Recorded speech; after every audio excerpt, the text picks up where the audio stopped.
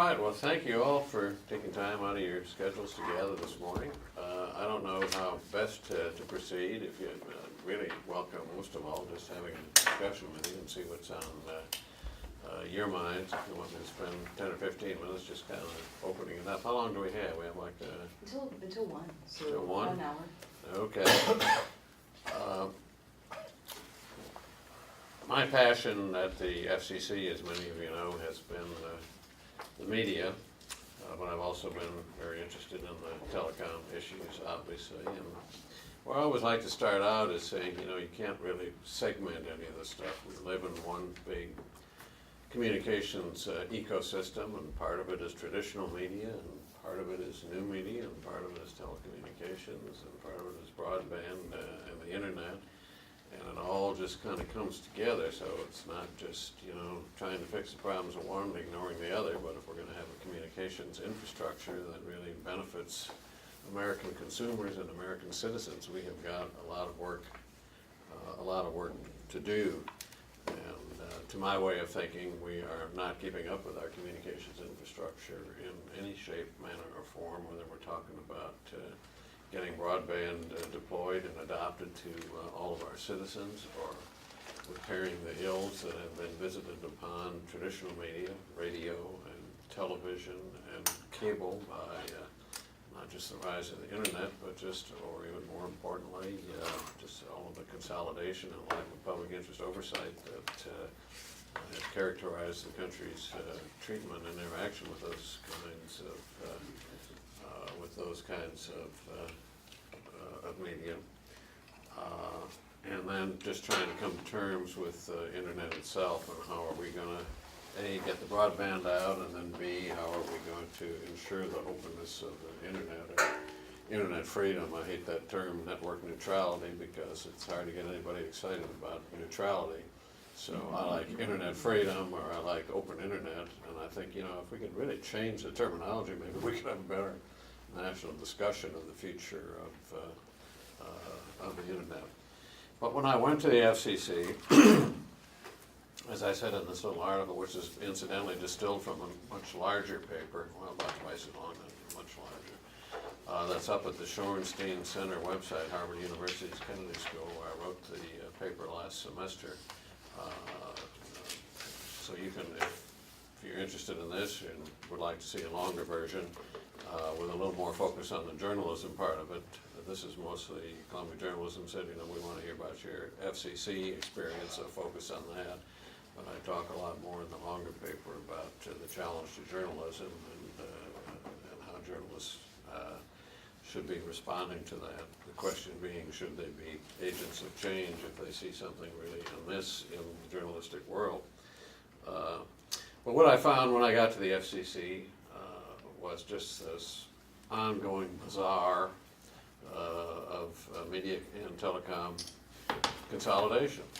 You know, I went there with all kinds of thoughts. I was going to be doing all these wonderful things to get broadband out to people and things like that, bring some public interest oversight back into how we treat our media. And it turned out I was spending an inordinate amount of my time just meeting with CEOs of one media company after another, telling me about all the efficiencies and economies that could be produced if we would just let them merge. And we had it was a Republican commission then. Michael Powell was the chairman of it, Colin Powell's son.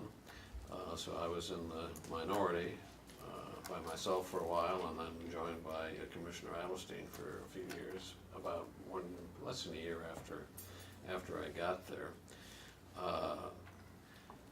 And it seemed that the commission was just hell-bent on just approving, you know, one merger after another. So we went from Clear Channel, going from a little startup in the 1970s to wide investments in some 1,200 different stations or whatever it was. A few years later, the networks with their owned and operated stations and spreading their influence, and then ultimately to the huge Comcast NBCU merger, which should have been a real eye-opener to citizens, but because the media doesn't like to talk about the media very much, the issues were never really teed up for the American people. But when you saw that, you immediately began to realize, well, wait a minute, this isn't just traditional media. This isn't just cable company, this is the whole 9 yards. This is broadcast and broadband. This is traditional media and new media.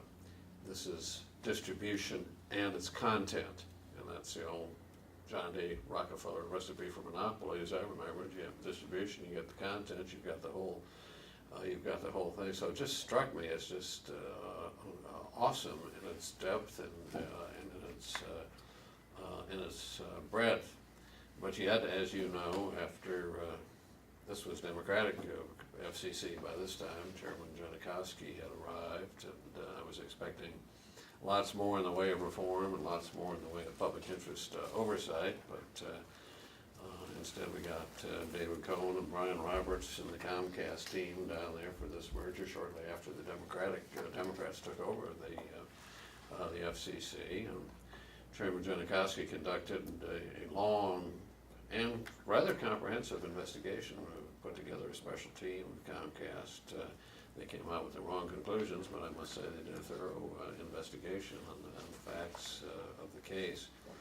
But to me, it's just too much to imagine one company having that kind of a footprint, that kind of power, that kind of influence over broadband deployment, over distribution, over content, over everything, just about.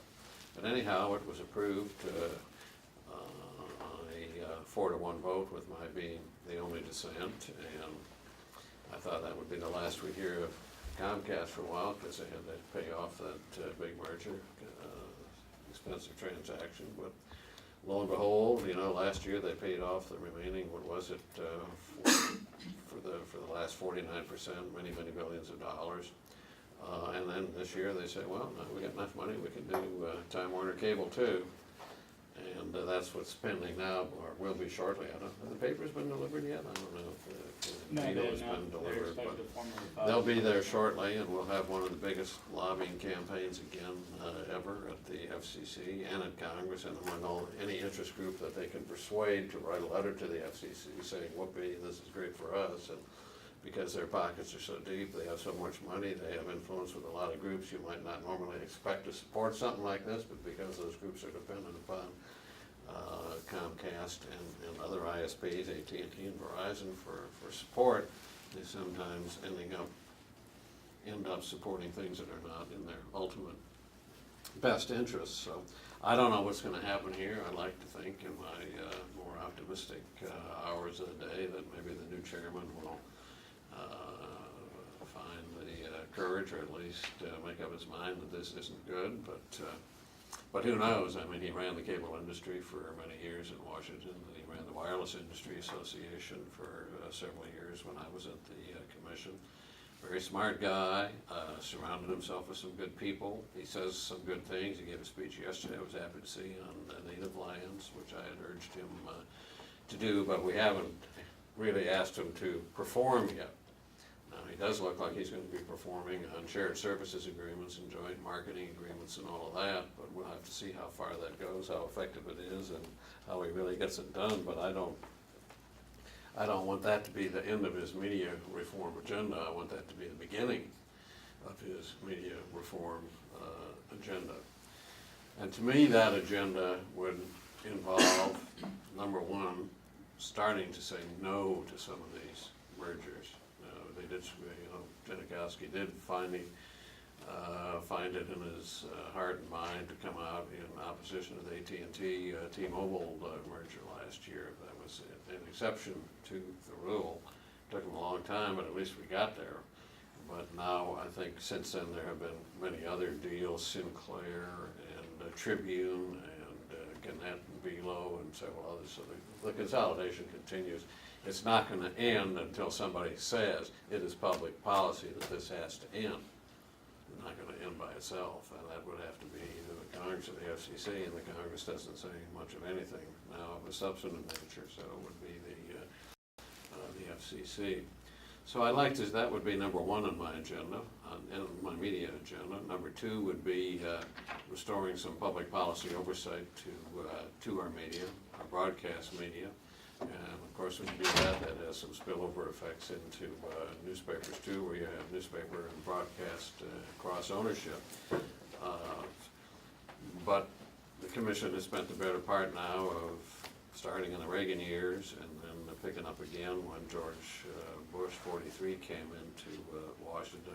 Just getting rid of all of the guidelines that we used to have for licensees at the Federal Communications Commission, not putting any pressure on them to perform for the benefit of the public. And meanwhile, this mantra of Wall Street and Madison Avenue has taken over. So even though there are still a lot of broadcasters in the country who I think have some fire of the public interest burning in their breast, they're not the captains of their own fate anymore. They're captives to the unforgiving expectations of the marketplace. So, you know, if you made 15% last year, the market says you gotta make 18 this year, and then if you make 18, then it's 21. It just keeps going up and up and up.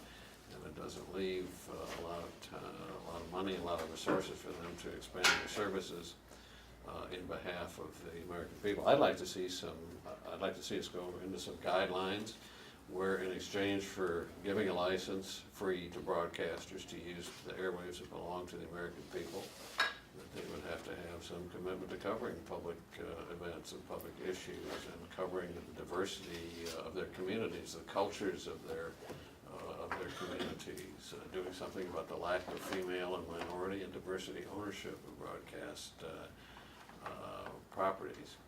So that would be on my agenda, and then also high on my agenda, the subject I think we're going to spend a lot of time talking about here today. When you get to new media, how do you guarantee the openness of the internet? How do you really provide internet freedom? And I think we were all, well not all of us, but a lot of people I think were just optimistic that this broadband technology was so dynamic, so opportunity creating, that it would never fall victim to those evil forces which had so diminished the potential of traditional media, newspapers and radio and movies and broadcast and television, that wasn't going to happen here. But now I think it's becoming plainer and plainer for people to see that this technology and the businesses that are taking advantage of this technology and selling this technology are headed down the same road. It's kind of in the drinking water of capitalism.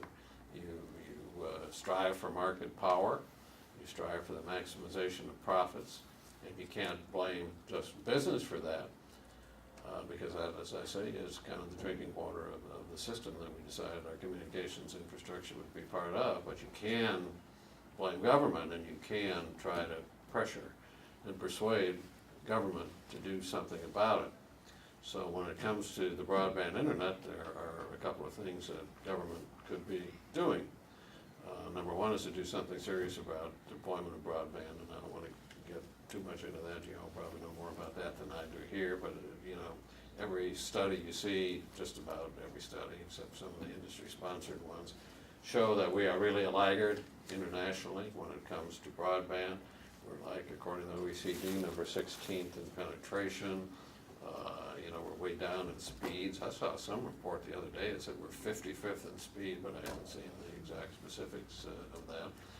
But I know that the city where I live, Washington, D.C., we get about the same speeds in our broadband as they get in Riga, Latvia, only we pay 5 times as much for the same speeds that they're getting in Riga, Latvia, which is kind of tells you a lot. But I don't blame just the FCC for that.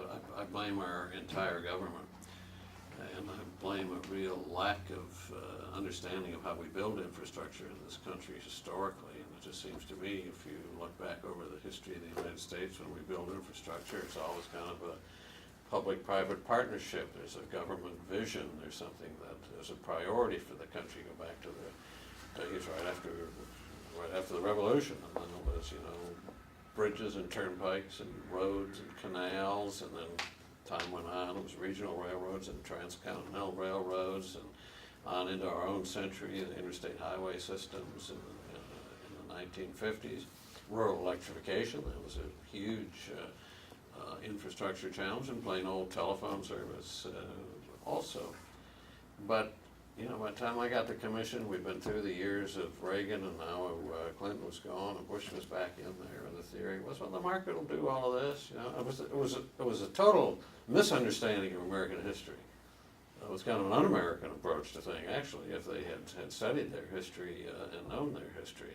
Always the vision, always the incentives with private sector. Yes, they have the knowledge and leading the way and making the investments, but supported by government and have some investments by government, but some public policy to make sure that when you build that broadband, you don't just go to the affluent neighborhoods and cherry pick, but you make it available to every American citizen, because there's no surviving in the 21st century in the way the country should be surviving and thriving without ubiquitous broadband deployment and adoption. That's a national mission. That's something the president has to start, and the country has to really put some priorities in. And I think President Obama has spoken about it, but if you're going to make a real mission out of something like that, if you're going to look at this stuff and say, we're not going to be competitive as a country, you're not going to be competitive as individuals unless you have access to high-speed fiber broadband, until we get serious about it, we're not going to make much progress, I don't think. You know, a lot of people think, well, we're the United States of America, we always work our way out of it. I don't think that's true this time. I think we've dug ourselves into such a deep hole on so many fronts that unless we take full advantage of the resources available to us, we're not going to get out of it. And the infrastructure of the 21st century is broadband. So I'll cease my discussion of broadband deployment, but it has to be a national mission. The other part of that equation is the net neutrality or the open internet. And I'm sure you all understand what internet freedom is. It's basically just the assurance that you can access the content of your choice and run the applications of your choice and hook up the devices you want to hook up to it and have the benefits of transparency and have the benefits of non-discrimination, so that one company is not going to control your internet experience, but you're going to control it to the maximum extent possible, so that one business is not in a position where it can be a gatekeeper, so that one business is not in a position where it can decide what you're going to access, what news you're going to see, what information you're going to see, what advocacy groups you're going to hear from, what agents of change you're going to hear from, all of that. But that's the road that we're headed down, and it all began, I think, back about 2002 when the commission decided that cable modem was not really telecommunications, and in 2004 or 5 we said the same for telecommunications generally, and without getting too much in the weeds, that put the oversight of broadband in a very ambiguous and amorphous part of the statute compared to where plain old telephone service had been. Plain old telephone service was in Title II. Title II is where you find things like consumer protections. Title II is where you find universal service obligations, privacy, homeland security. All of these things that generations of reformers had really fought for to make sure that they applied to our telecommunications in our country. Along comes the Powell Commission with the blessing of the Bush administration. Oh, no, this stuff isn't, broadband's not telecommunication, this is an information service. So put it over here, get the government out of the business of oversight. It'll all take care of itself.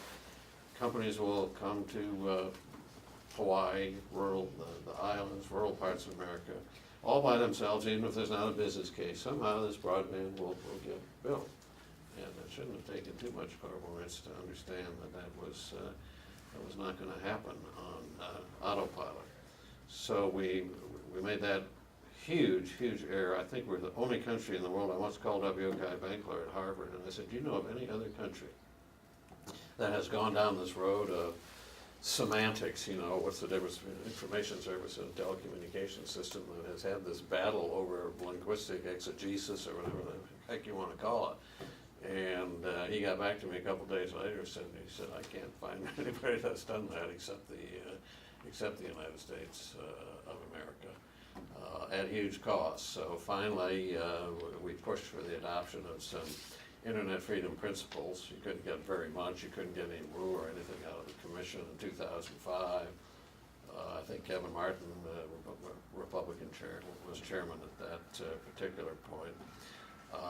Then fast forward, election of 2008, and Barack Obama comes to town and sends Julius Janikowski down to the FCC as a chairman. I've been the interim chairman during during the transition period, but he sent his friend Julius down there, and Obama, as you know, had made a deal about broadband when he was running for president. He also incidentally had made a big deal about the media that I was interested in when he was running for president. As a little aside here, I still have letters in my files from Senator Obama saying, you know, I don't think we should be doing all this consolidation and approving all of these deals until we really understand how that affects women and how it affects minorities, and the FCC's top priority is the public interest. That's what those guys should be doing. But that kind of was a promise unfulfilled. But on the net neutrality, the internet freedom, I think they decided they needed to do something. So Chairman Janikowski debated with himself for several months whether he was going to go back to a Title II classification for broadband and put it under the purview of some limited government oversight, and eventually he came up with a different approach, a Title I approach, but he thought it would work the third way, I think a lot of people referred to it as, and those were passed. They were kind of tepid, they were kind of milquetoasty rules. Verizon, AT&T, Comcast were invited themselves in to help write the rules, and just the way these big companies always do, they got as much as they could within the FCC, and those rules were approved, and then they took the whole thing to court and sued to keep any of it from going into effect. And as you know, earlier this year, the Circuit Court of Appeals, the DC Circuit Court of Appeals, threw the rules out, the tepid rules out. So that brings us to where we are now, which is we're not in a very good place. We're in a place where there are no internet freedom rules. We're in a place where it would be legal for a company to discriminate or to block or to do whatever they want until the commission comes up with a different approach. So that was the bad news of the decision. The good news of the decision was the court said, but, you know, if you had justified your rules a different way, you do have some considerable authority over the internet.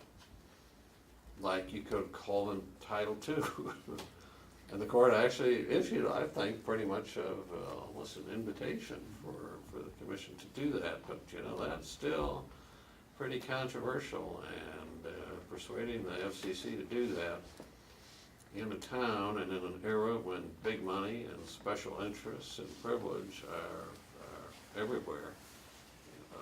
You know, I used to teach history years ago, and I don't think the notorious period of the Gilded Age of the late 19th century had a hell of a lot on where we are right now when it comes to the influence of money and special privilege in Washington.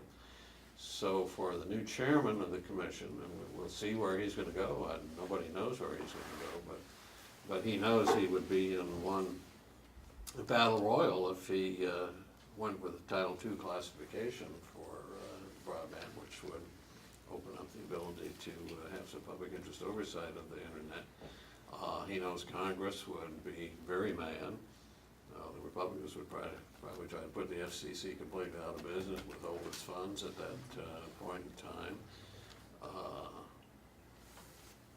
And he'd have to coordinate, even though it's an independent agency, you know, it's going to affect the White House and the presidency, so I suppose he'd be conscious of the reaction. So I don't know what's going to happen. He hasn't given many hints. What you hear a little bit from his office is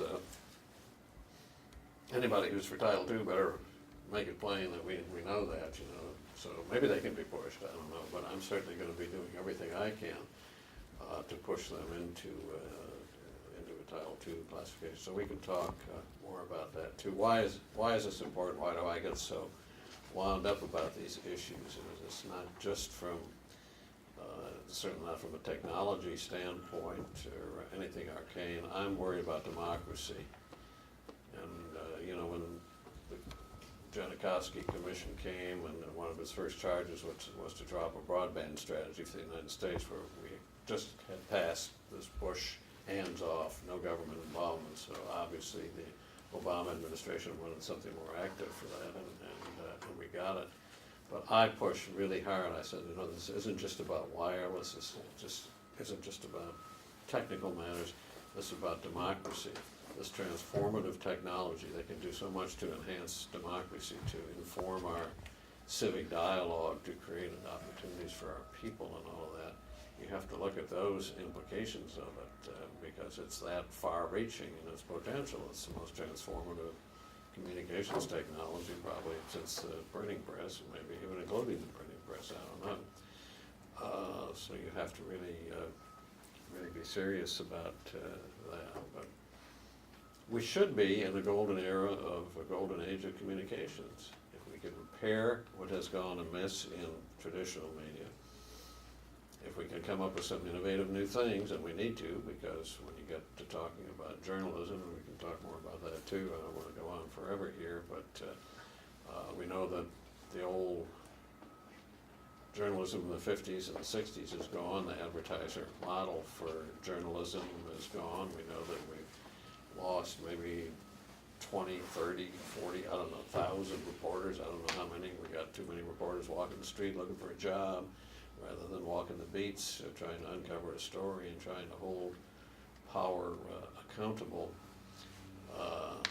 So those are serious problems, and they're serious because we have really dumbed down our civic dialogue, I think, in this country as a result of the homogenized media that came out of the consolidation, as a result of the lack of oversight of the Commission on Traditional Media, as a result of the lack of really an open internet policy that assures access and helps people to be heard and all of that sort of stuff. We're skating, I think, as a country on pretty thin ice when it comes to sustaining that dialogue. And as I said before, there's no automatic get out of jail free card, get out of the hole free card for the United States of America now. We have to have a populace, a citizenry that makes informed decisions for the future of the country, and we're going in the wrong direction on that right now. So I'm just trying to engage a civic dialogue in this country. I'm trying to get journalists involved. I'm trying to get everybody involved. I'm trying to get young people involved. I think a lot of young folks thought originally, well, there's this cops guy, an old cops guy at the FCC, and he's interested in radio and television. That's all history. A lot of folks now, a lot of your kids probably can't even name the 3 networks. So I think a lot of people didn't think it was a problem until now. I think they're beginning to see that, oh yeah, this affects the broadband. This affects the internet that I rely on so much. And I'm hoping that's true, and I'm going to try to do everything I can to energize that, because none of the problems that we as a country face with jobs or competitiveness or all those millions of people without health insurance or energy dependence or climate change, none of that's going to get solved until the American people know a little bit more about it and understand some of the facts of the problem.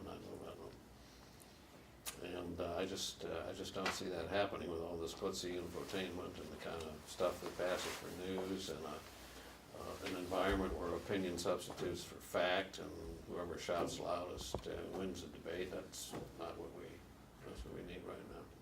Not at all what we need. So I am hoping we can energize people. It's an uphill battle. If you take seriously what I said about the influence of big money and special interests in Washington, you probably say, how in the world are we going to win this one? But I always come back, and that's what keeps me going after all of these years, to even in this age of that kind of concentrated power, the grassroots can still make a difference. People can still make a difference. I saw that in 2003, and again when Michael Powell tried to loosen our media ownership rules, and he and his 2 Republican colleagues, I think, thought, well, this is just an inside the Beltway deal, we'll just handle it like we always do. And I said, and Commissioner Alstein said, let's get outside the Beltway and go see what the American people think about it. So we attended dozens of hearings around the country. Powell wouldn't give us money to hold a lot of hearings, so we used our little travel budget each of us had to do a few of them, but then we latched on with some senators and congressmen who were of like-minded position, groups like Free Press and Common Cause and others who were holding town meetings, and these town meetings were really eye-openers. Jonathan and I always had a open mic at the end, and we said we'll stay till the last person has spoken. One of those meetings went on for 9 hours. A couple of them went on 7, 8 hours. Hundreds of people would come. But if you went to a consolidated town, they never write about it, or they never broadcast it. If you went to a town where there was still some independent media around, then you'd get fully covered. I'm kind of interested to see what's gonna happen here, where you have your triopoly and the Gannett newspaper and all that. I'm gonna be curious to see if any of the stuff that's going on here in the 2 days while we're here makes the news. So that would be nice. So I think it's right up there at the top of the list of problems and priorities that we as citizens have to face. We have to find a way to get the story out. We have to find a way to get it covered in the media. We have to go from playing defense to playing offense, but we all need to be involved in that. And with that, I will listen to you. I'm concerned as well. It's a lot of our students are not seeing where their freedoms are being. Right. They don't see it. Well, I have access to internet. You know, they don't see what's going behind the scenes. And as you said, the terminology isn't sexy. They don't, Right. you know, they don't understand how it affects them. And that's where I think we can make a difference, is if we can make it relevant to them, where they can see what is happening. And the schools need to I was amazed when I went up as a fellow at the Shorenstein Center last semester. And in writing this paper, I talked to probably a dozen or 15 or more deans of journalism schools around the country. And most of them said, they don't really teach us much about the policy or the intersection. That's why I wrote this paper, is to try to demonstrate to young journalists particularly that the state of their profession, journalism, has been mightily influenced by public policy decisions at the FCC and the Congress. But they don't teach that, and I think, we expect so much of our journalists now, not just how to write a story, but then how are you gonna make that into, you gotta do 5 stories today, and then you gotta write a blog, and then you gotta go on TV if it's a concentrated area, where's the days when you say to a reporter, take 6 months and go dig into the story, or take a year, or whatever. I just finished reading that book, maybe some of you have read it, by Doris Kearns Goodwin and Teddy Roosevelt and Taft, called,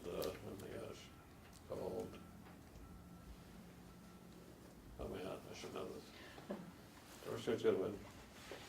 I don't know, it'll come to me in a minute. Anyhow, it's the reason I got the book is I was at Harvard, and it was about the muckrakers, Roosevelt, Taft, and the muckrakers, and McClure magazine and all of that. And it was just amazing to read how McClure would say to Ida Tarbell or a Ray Standard Baker or somebody like that, a progressive era journalist.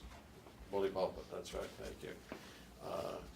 Take a year, take 2 years, go find the story.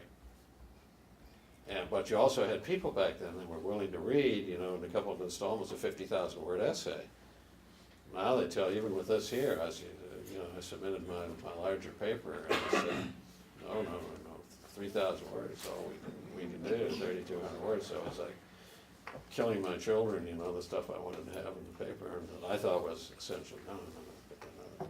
And they were professional editors. I mean, they're probably right from the standpoint. I'm sure a lot more people will read this one and read the longer one. But the point is, we've forgotten the history of that kind of journalism, how journalism can make a difference. And admittedly, we've lost a lot of the model, the financial model for that journalism. So we've got to get into looking at alternatives. We've got to get into looking at public broadcasting. Every one of us around the table spends somewhere, I forget what the current figure is, it was $1.35 or $1.42 or something like that every year to support public broadcasting. And you can get a cup of coffee for that, but that's our contribution. You go to England, what do they spend, $80 or $100 a year? You go to some of the Scandinavian countries, $300, $400 a year. And I'm not saying we should ape them, but we certainly can do better than $1.35 or $1.42 in support of public media. And of course, when you try to suggest that, the talking heads in the case, you're just trying to bring back the fairness doctrine, you're trying to take over content, you're trying to dictate the news.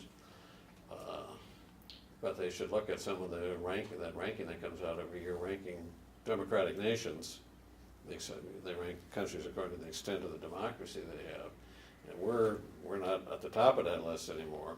But some of the countries that are the very countries that support public media, and they've figured out how to put firewalls between support and content of what goes out.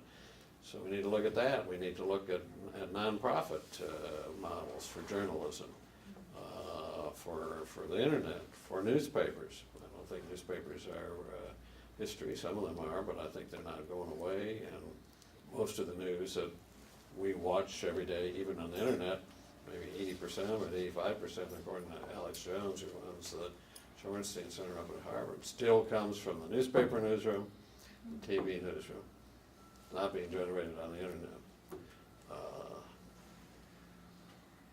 So we need to look at all kinds of options, all kinds of incentives, so that we don't short circuit the communications tools we have available out there to us now, because they can do so much for America, and we're not letting them do nearly enough. Just one thing that, have you heard of Aereo technology, the sure. live TV? Well, that makes it even more seamless, because they're, watching television it's all digital now. So most people, most of our students, I should say, watch entertainment from their computer, right. from their mobile devices. So with can you talk about the impact of that technology and? Well, I wish you talked to me about it too, because I'm not an expert on it, and I'm kind of torn by it right now. So maybe you can help me think it through. I think any tool that comes along that enhances consumer power is a good tool, and has a lot to recommend it. On the other hand, if we had a real public interest oriented media, I think you could probably make a case that taking that signal was not necessarily in the best interest of that public interest oriented media. Say we had some oversight of the broadcast stations and we required public service announcements or something like that. If that's part of the Aereo experience, fine, but if not, we tell the broadcasters, you get a license to do certain things, and we ought to tell them they gotta do more things. Then you could probably make the argument that they deserve some protection for that. But then you run up against the question, well, here's new technologies that help consumers, so how do you balance that off? And it goes beyond copyright, I think, and things like that. It becomes, in the final analysis, probably a democratic, small d, democratic issue, and technology leads the way, so we'll probably go there, but there's gonna be one hell of a court fight. There's gonna be a lot of litigation, and where that's gonna end up, I don't know, but I'd welcome comments. I think Todd probably has a little different view of it than I do. Well, it'll be interesting to watch the Supreme Court case. I don't think anyone really knows how that's going to come out. It seems that the Obama Justice Department's taken both sides of this case and intervened on one side in the circuit and is intervening on a different side now that it's been granted cert. It'll be before the Supreme Court. I think it's a technology with tremendous potential, and I might be more sympathetic for the broadcasters if they were really carrying on in a manner that upheld the finest aspects of the public interest. As it is, it's hard for me to feel a ton of sympathy for them losing potential customers. I think anything that decreases their influence is probably good for the public interest, and except to the extent that decreasing power of broadcasters means proportionally more power in the political economy of our media environment for the cable providers. Mm-hmm. And they're already incredibly dominant, and in a sense the one bulwark against total dominance by cable has been broadcast over the years. So while their relative disadvantage may be good for consumers, it is I guess even as I say all this extemporaneously, it is a sad commentary on the nature of our media policy debates, that instead of thinking, first and foremost, the only question should be not whether this is going to advantage one set of corporate interests over another set of corporate interests, but to what extent will this benefit the public interest? And as we know in so many of our debates over mergers and acquisitions, the only question that ever is really asked or really thought about is, well, how will this affect the number 3 competitor in the market, as opposed to how will this affect consumers or informed communities? But, and I agree 100%. I mean, they brought it on themselves, and people get tired of the kind of media they've got, and all the advertisements and the commercials and stuff that they don't want to see. So there's a way to bypass that. That's fine, but you also make a good point, which I should have made in my talk, about how much of what the FCC does is just this industry against this industry, boom, boom, boom, instead of being the consumer protection agency that they should be, the agent for democracy that they should be, the consumer-friendly agency that they should be. Like in this consolidation, the FCC would approve one deal, and 2 minutes later somebody walks through the door and says, well, you let this guy get bigger, so you gotta let me get bigger too. Or take something like, I don't wanna get in the weeds of retransmission consent, but the money that's paid for content, retransmission consent originally, long ago was established to make sure that cable would carry the broadcast, the channels, so people would have the news and everything on cable. Now it's just a fight for who's gonna make money off of the dispute over the content. There's gonna be cable, the broadcasters, and right now the broadcasters, like CBS last move was just talking about $2 billion a year, or this year, or something like that, for retransmission consent. So they've turned this thing that was supposed to be in the public interest, just to make sure small broadcasters be on cable and all of that, into this mindless, well, not mindless, but into this high stakes game of who's going to make the most money. Is it going to be cable, or is it going to be broadcasting? And it's just totally beyond the original intention of the law. But there's so many instances you could cite like that, where that's how the commission spends its time. Not encouraging. It also changes the paradigm for the content producers. Indeed. So I teach, new media, so more the design, the media arts track. Mhm. So they're designing content for multiple means of distribution. Right. And the more innovative they are in that use, and then how can they monetize, and how can they Right. sustain themselves as content providers? So that, it's all part of it. And, there's so few independent producers around for programming right now. And I suggested at one time, and I still believe it'd be a good idea for broadcast, because a lot of programming still comes from broadcast. There ought to be a prime time set aside for independent programming, so that small independent producers with different perspectives and different interests and reflecting different communities would have a shot of being heard. But, if we said tomorrow morning, 25%, you probably couldn't produce it here because there's so few independent producers left. You go to a place like Britain, a lot of them went to England and other countries. There's still a few around, don't get me wrong, but I think that would be one of the many things you could do if we were thinking creatively to diversify our programming and to hear from some different voices rather than just what is Universal or NBC or any of these studios, what do they think sells with the American people? What's your advice be to the students in the room in terms of, like, obviously they're very passionate about these issues, but sort of feel like they're not sure that what they do is making an effect? What were some? Treat it as a really serious, top flight, top ranking issue in your panoply of issues, and talk to your friends about it, talk to your fellow students about it, talk to your decision makers about it. When lawmakers come home and hold town hall meetings, go and bring this up. I've told the story before, it may have been in this paper even, but back when Michael Powell forced those rule changes to loosen our media ownership rules through the commission, there was this big public outcry, and I remember talking to senator or congressman after that. And he said, you know, I went home for a town hall meeting, and somebody raised their hand and asked me about media ownership. No one ever asked me about media ownership. I didn't think media ownership was an issue, but it was. But that congressman came back then and voted to overturn the rules.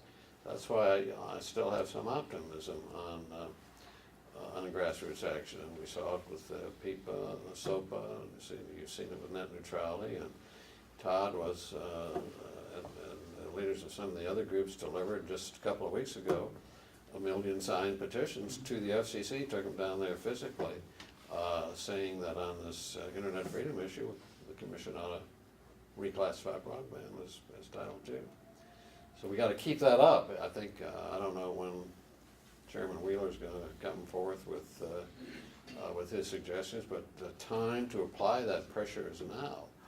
You know, to some extent, it's an opportunistic thing. Something like the Comcast Time Warner cable issue comes along, media is willing to cover that to some extent. So that's why I tried to be so active in that, and I think it's the same with this internet freedom issue. I think that is the organizing and the advocacy issue for the rest of this year, and probably beyond, because no matter what the commission decides, you know, there'll be appeals of that, and we'll go to court, and goodness knows what will happen unless they go Title II route, but that will still be contentious in court too.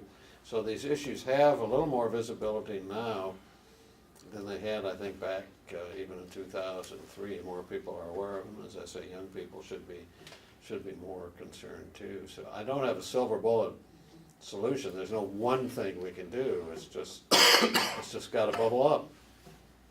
And I used to, you know, I've been in Washington for 44 years now, and you try to do good things from sort of the top down and persuade Congress to do good things and the commission to do good things, and that's pretty difficult, and it hasn't solved these problems. So then you come around to, well, the really systemic reform in this country has always come from the bottom up. It's come from the people and the grassroots, whether you're talking abolitionism, women's rights, worker rights, LGBT rights, disability rights. Those have always kind of bubbled up, and that's what we need to do here, especially when we have organized special interests that are so powerful in the councils of power. It's got to come from the grassroots. Decision makers have to hear from the people back home if there's going to be any chance at all to right these wrongs. And in a way, it's ironic. I don't want to contradict what I just said, but you know, in a way, in 2009, when Obama was elected in 2008, and we came to power in 2009, all I thought we needed was one more vote at the FCC. It would turn the 3-2 majority that was one way to the other way, and I thought when Chairman Janikowski came, that would be the third vote, and we'd be fine on network neutrality. We'd have some really aggressive rules. We could do something on broadcast licenses. We could reassert the public interest.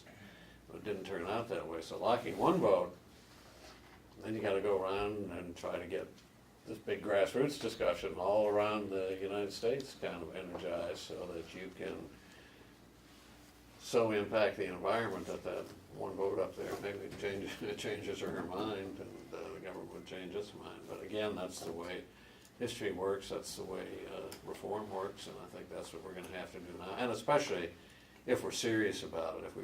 It's not just a question of Title II. I mean, it's all these other questions we talked about today. It's all these issues that have small d democratic implications and fueling our civic dialogue and nourishing our public discourse and making it so that's the kind of thing that demands, I think, is vigilance and interest and expressed interest and vocalizing the interest. So, you know, if you can talk to a decision maker, talk to the decision maker. If you can write a letter to the editor, find a paper or publisher, fine. If you can do talk radio, fine. Talk to your colleagues, talk to your friends. If you can write a poem about it, write a poem. If you want to march about it, march. You know, it's all the things that are always parts of reform. So, I read an article about the name whom I'm going to butcher now, the Chenachowski, Don't yeah, that- that he actually made it a Title I, so he could lose, and so he could lose the fight but then win the war. I'm not proposing to sort of sit and wait, but that article had some good points to that. I think that it was almost a purposeful loss. I think it was a purposeful way to try to have the best of both possible worlds. And that would be, we're coming in, we're doing something about net neutrality, as opposed to the previous administration, which didn't want to go anywhere near it. But we're also going to avoid this high noon shootout with big industry. And we're not going to go with really a Title II thing. And I think, it wasn't just the FCC, I think this was kind of symptomatic of the whole administration. I think they thought Washington hasn't been run right. That's true enough.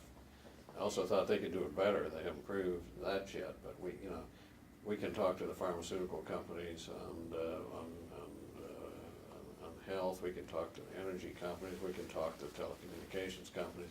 We can address some of these problems without getting into all this bitterness that has poisoned the atmosphere, because Obama was coming to Washington to help civilize the dialogue and have some vision and all that, but it hasn't quite turned out that way. So from my standpoint, I think you just gotta come in and make a decision, and I think that would have been a lot easier.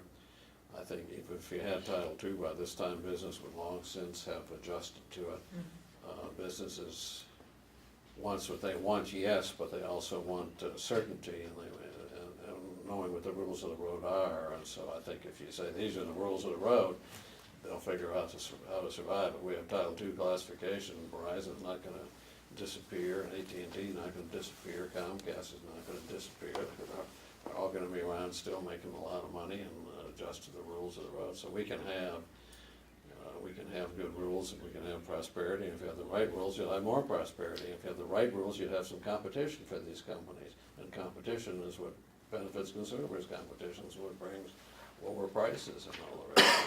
We just kind of threw up our arms. So many people right now still, oh, it's gone too far. Why stop Comcast and Time Warner Cable? This is the way the world operates. But I think there are still some arrows in our quiver that we can use to enhance competition. Take these big spectrum auctions that are coming up, and this is going to be Tom Wheeler's, one of his huge major involvements over the next couple of years to make those a success.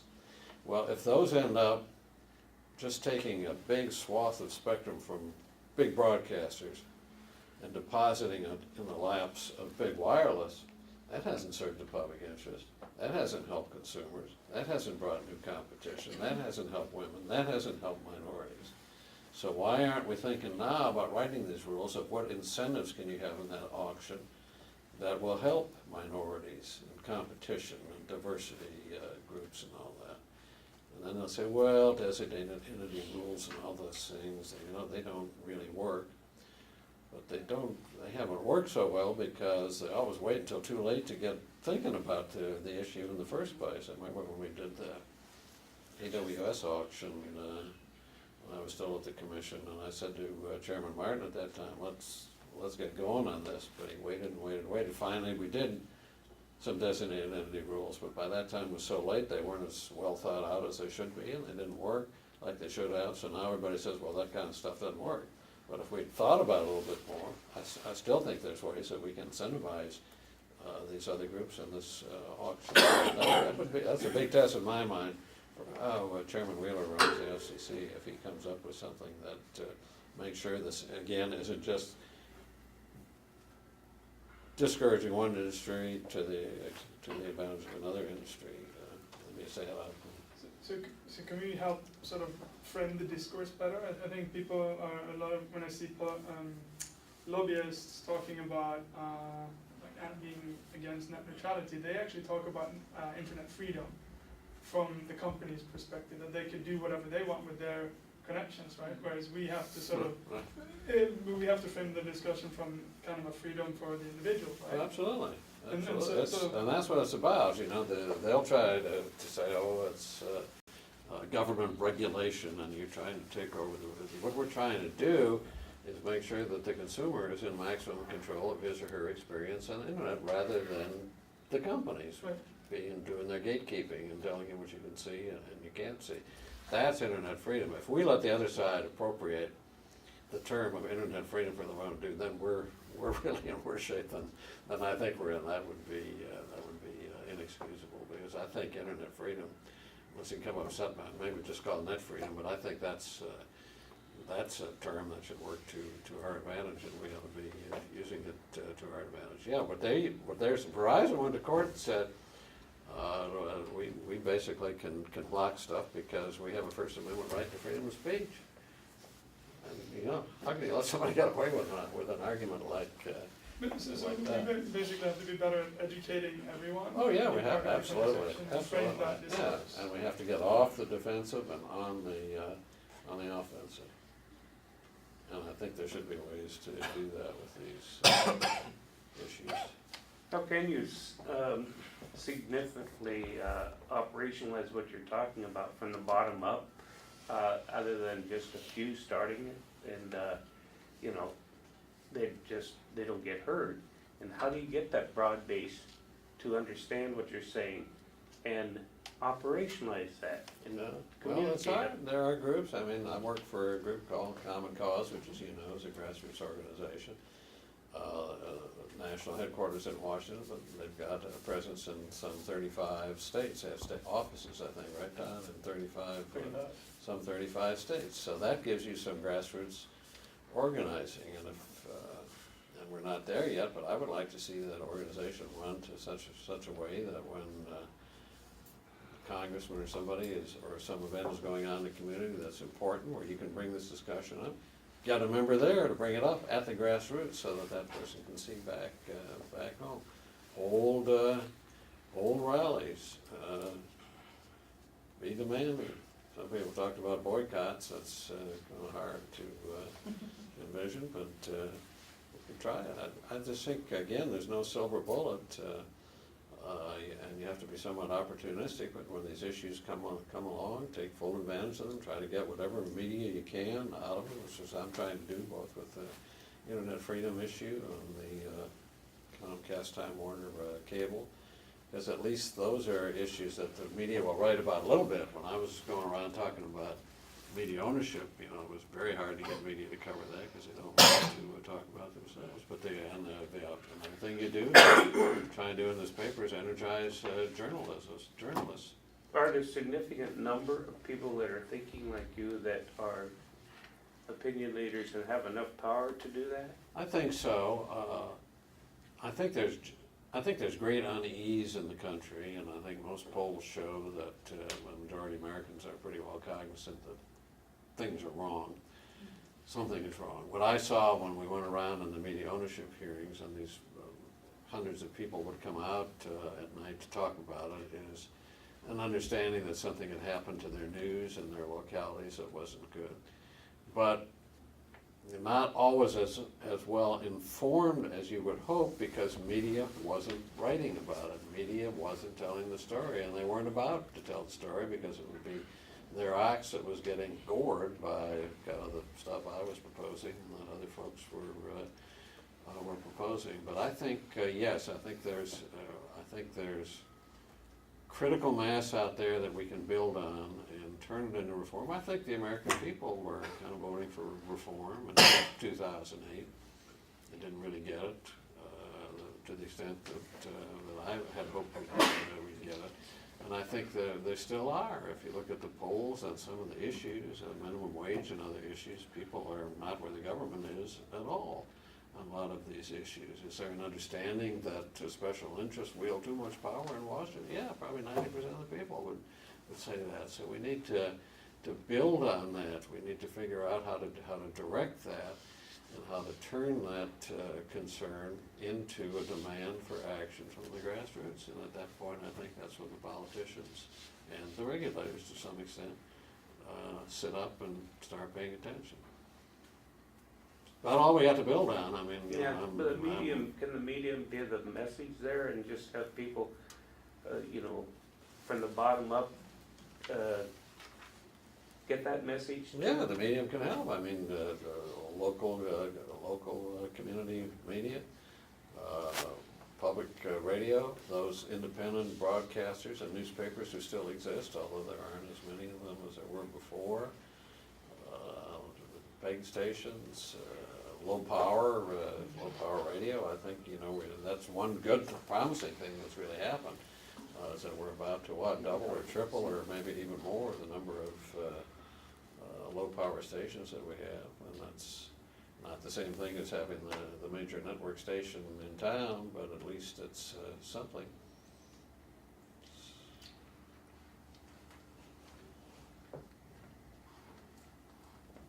I mean, yeah, I think Tim Berners-Lee's also kind of picked up on this too. I think we celebrated the 20th or 25th anniversary of the World Wide Web, and he said that we need a Magna Carta of the internet because his biggest concern is internet freedom right now. It's really something that, and so he has a Web We Want campaign, and you can join that, and so there are, Oh yeah, and there've been lots of good books written and articles written, but how do you get them out to really mass audience and a mass distribution where you can start using it as an organizing tool? That's the challenge. And it's made doubly hard by the court's net neutrality decision in the open internet case, since the FCC's rules were struck down. Any ISP can block any content or service for any reason, so the tools that we would appeal to organize folks about this may be jeopardized. And while Time Warner Cable may not be blocking anything that we know of right now, if you start using social media to criticize Time Warner Cable, maybe it would find it's in its business interest to do so. So it's definitely a troubling, it portends troubling things, but we found that by conveying to the millennial generation that the internet they rely on every day may be jeopardized, it's been a pretty powerful and persuasive engagement mechanism. And as the Commissioner said, we did deliver over millions of petition signatures to the FCC at his January open meeting, and I think it's worth noting that we have made some progress already. What we're asking for, full Title II reclassification of broadband as a telecommunications service, had been off the table. It hadn't been even worth considering. It hadn't even worth discussing. It was dead on arrival at the FCC on the date that the decision was handed down. We hear from the staff that worked there that it was not even worth considering from the chairman's perspective. But hearing from 1 million Americans put it on the radar, and while it's not his number one choice, we think that we can persuade him to do the right thing. We hope anyway, and we'll be filing with the FCC any day now on the public notice and then again in the rulemaking in the spring. So there'll be plenty of opportunities for folks that really care about this to add their voice and take it directly to the one person who's going to make this decision. And teaching the stuff, and I try to go around whenever I'm in the city to journalism schools and the communications schools. Teaching journalists especially, one thing that really kind of depressed me when I was doing the research for the paper that I wrote was I talked to a lot of people, and what do journalists know about this issue? And it was Marty Kaplan or Ernie Wilson or somebody told me, and everybody else, Nick Lemon and others endorsed this view.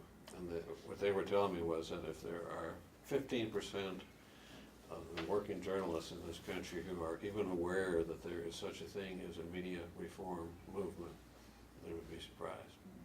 And I found that really a shocking statement, but I heard it repeated, and that thought indoors. So, that needs to become a part of the curriculum, and you can't get terribly partisan on some of these issues, and I'm not advocating that. We're just looking for a substantive portrayal of the issues and an accurate representation of the issues, and I think the rest would kind of take care of itself. But that's important. If we don't teach folks about the intersection of public policy and the state of the profession, then we're neither going to advance public policy or do much to help the profession of journalism. I just had a question about if you could talk about any international examples in different countries where they are dealing with sort of net neutrality in the right way. I'm sort of coming from this from a perspective where I've spent time in Korea, and Korea is of course touted as this IT capital, this IT hotbed in terms of infrastructure. But people also miss the point that they also have their own problems with net neutrality. In particular, like SK Telecom and Korean Telecom have been a target by a lot of internet service providers and lobbyists because certain like instant messengers like KakaoTalk in Korea, I'm doing my own thesis on KakaoTalk, and of course here in the US it's like WhatsApp, or in China it's WeChat. They're taking a significant portion of the revenues of these internet service providers because there's sort of these over-the-top applications that just use the transmission services to get their content. So I'm just wondering, just internationally, could you point to some good examples of countries that Well, are I doing think it right? Don can help on this too. I think Australia is one that you hear about pretty often as having pretty far-reaching kind of open internet kind of thing. That I see that the European Community just passed the other day, although I haven't seen it, a new statement of policy on network neutrality, and I imagine it's more than we have here. How much more, I haven't really seen. Germany in particular has really been leading the charge to solidify network neutrality principles even as we move away from them here in America. And it's for consumer privacy and consumer protection, but it's also about marketing the European Union as a platform for innovation, so to invite startups and entrepreneurship, that you don't have to worry that your next great app might get blocked or might get censored or might get castigated to a slow lane on the internet. So